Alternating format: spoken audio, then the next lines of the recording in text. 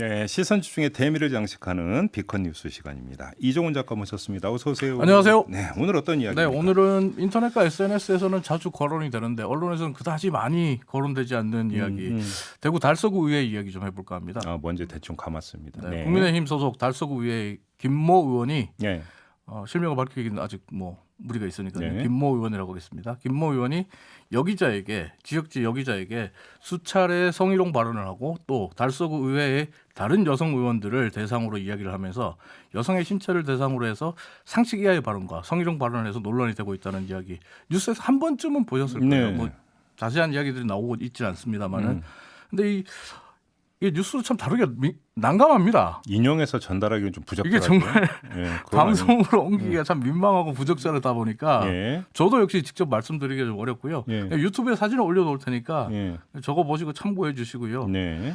아무튼 이와 관련해서 이제 피해 여기자가 김모 의원을 검찰에 고소했고 또 지난 13일에는 달서구 의회의 여성 의원들이 같은 당이라고 해도 이건 도저히 참을 수 없다면서 해당 구의원을 사퇴를 촉구하는 기자회견을 열고 검찰에 고소를 한 바 있습니다. 네. 그리고 어제는 대구 지역에 20개 여성단체와 시민단체들이 사퇴를 촉구하는 집회를 열기도 했고요. 그럼 혹시 김모 의원의 입장은 나왔습니까? 김모 의원의 입장이 나왔습니다.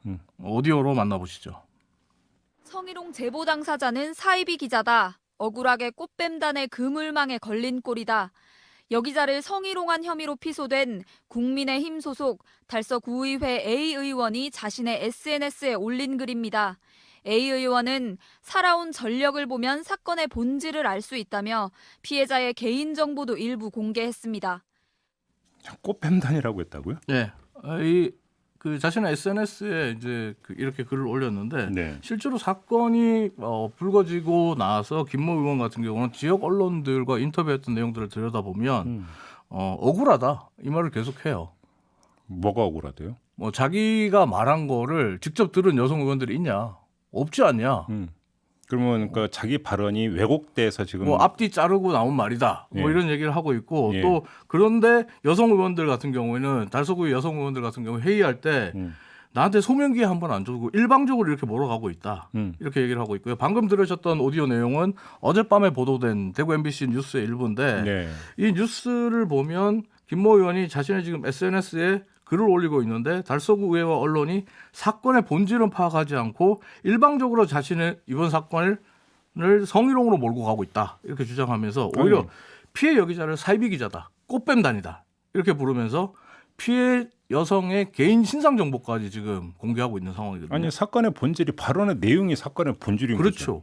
뭐 그게 본질이지. 그럼 뭘? 그리고 참고로 김모 의원이 했던 성희롱 발언과 동료 여성 의원들을 비하했던 발언 같은 경우는 언론을 통해서 알려졌단 말이에요. 예. 본인도 친한 사이끼리 농담도 할 수 있는 것 아니냐 이렇게 인정했어요. 그리고 사과도 했고요. 네.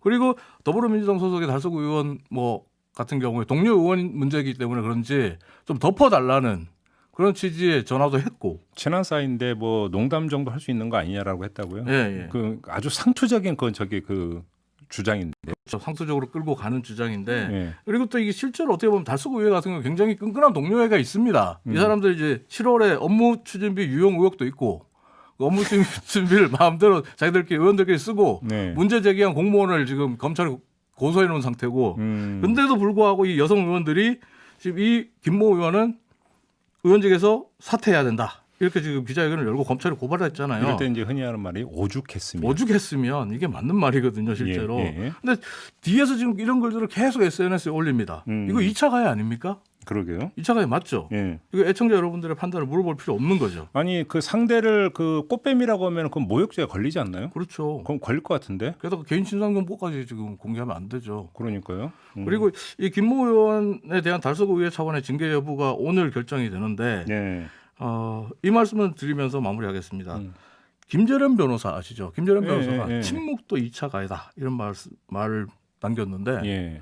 지금 너무 많은 곳에서 침묵하고 있습니다. 그러다 보니까 가해자라고 불리는 김모 의원이 지금 직접적으로 피해자에게 2차 가해를 하고 있는 상황입니다. 지금은 침묵도 2차 가해라고 말했던 김재련 변호사 등이 나서줘야 될 때가 아닌가 생각합니다.